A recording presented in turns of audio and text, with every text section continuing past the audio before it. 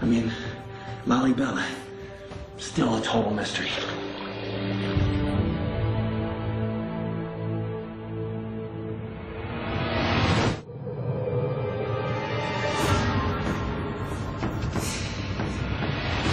In the time of Jesus Christ, while the Roman Empire was spreading across the world, there was another mighty empire on the rise, the Axumites of Ethiopia.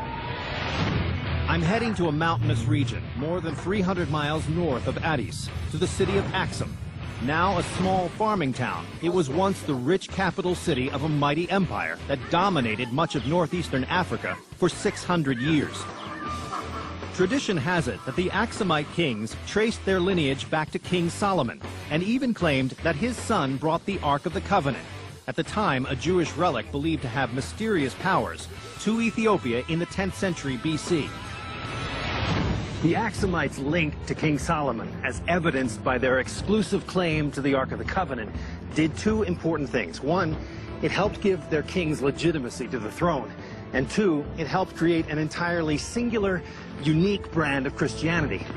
Now, some of the only clues left of this one-time world power are located right across the street in a field of obelisks and inside the mysterious tombs of a lost empire.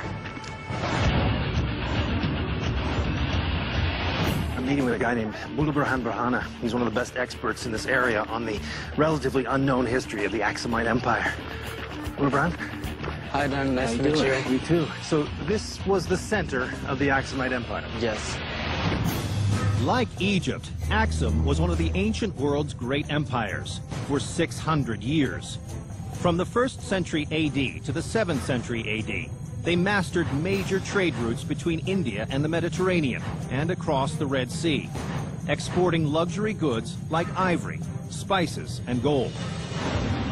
Proof of the Axumites' wealth and power is here, a field of over 120 towering obelisks, including the largest monolithic stone in the ancient world, the grave markers of Axumite royalty.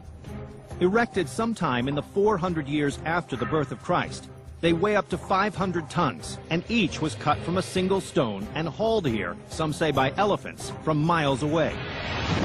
So these monuments, these obelisks, are massive. Why are they here? They are here to mark tombs for the royal family. Okay. Rising up to 80 feet, each stone was typically supported by a foundation measuring roughly 10% of its total height and bolstered on two sides by gigantic horizontal stones. Surrounding the central foundation are several underground rooms used to entomb the dead and seal away incredible riches.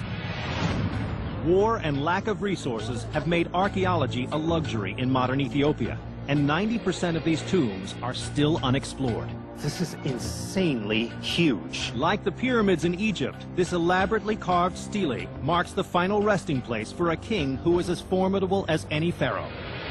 So these are the windows, these are the beams. So this is essentially the replica of a palace, a royal palace. Axumite royal palace. For the royals who are buried beneath it. Yes, exactly. These massive stones were only grave markers. It was in the rooms below that they would spend eternity.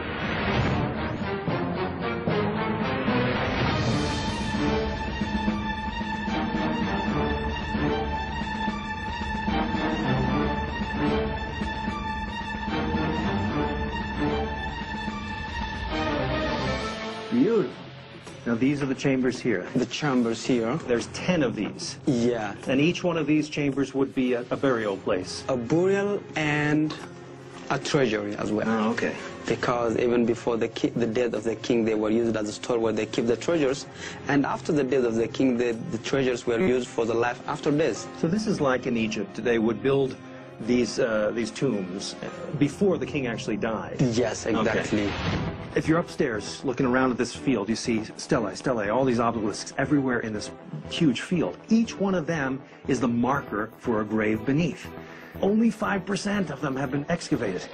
Now they have fully excavated some of these places, but you know who got here first were grave robbers. Many burial chambers had treasure rooms beside them. The grave robbers would make their way into the tomb, then cut a hole through the wall to get to the valuable ivory and gold next door.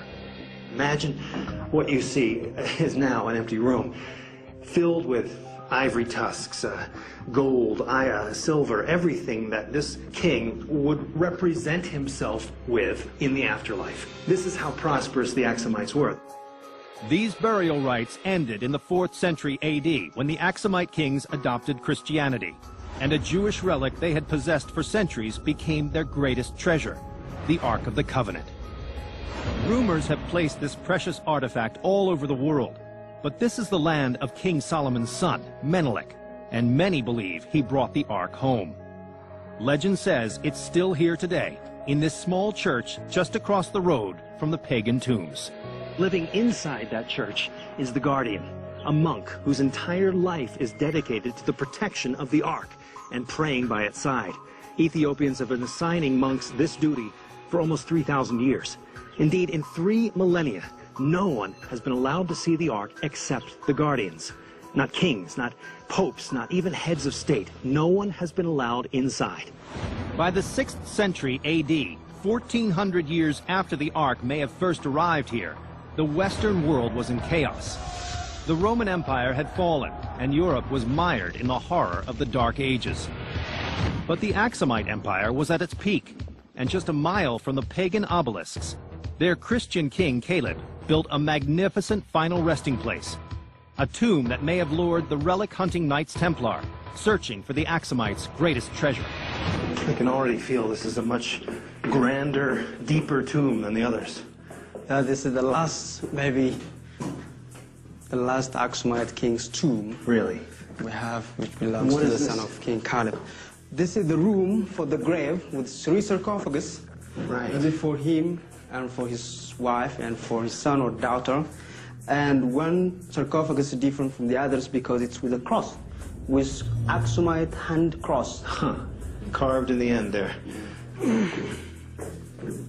We do have one Axumite cross right here. It does look like a Templar cross. Exactly, exactly. But Templars were 11th century, but this is even the Axumite used in the coin in the 4th century AD. That's why we call it Axumite one. This cross, almost identical to the Crusader symbol, predates it by 7 centuries. It could be a coincidence, or it could prove Europeans were here looking for the Ark. Many claim the Knights Templar dug for it under the Temple Mount in Jerusalem and searched the ancient Jordanian city of Petra. They may have come to Axum as well. So why did the Templars come here? They know that through the legend, the Ark of the Covenant was transported to Ethiopia. So they came here to search for the Holy Grail and for the Ark of the Covenant. So they adopted some elements like a cross like this, which they call it the Knight Templars or the Crusaders cross like that. Fascinating. That's where this is from. Cool. Did the predecessors of the Knights Templar come here searching for the Ark? And did they find it? Or is the greatest treasure in Christianity still locked away in a small church in a dusty town? The answers may be lost in time, like the once great but now forgotten Empire of Axum.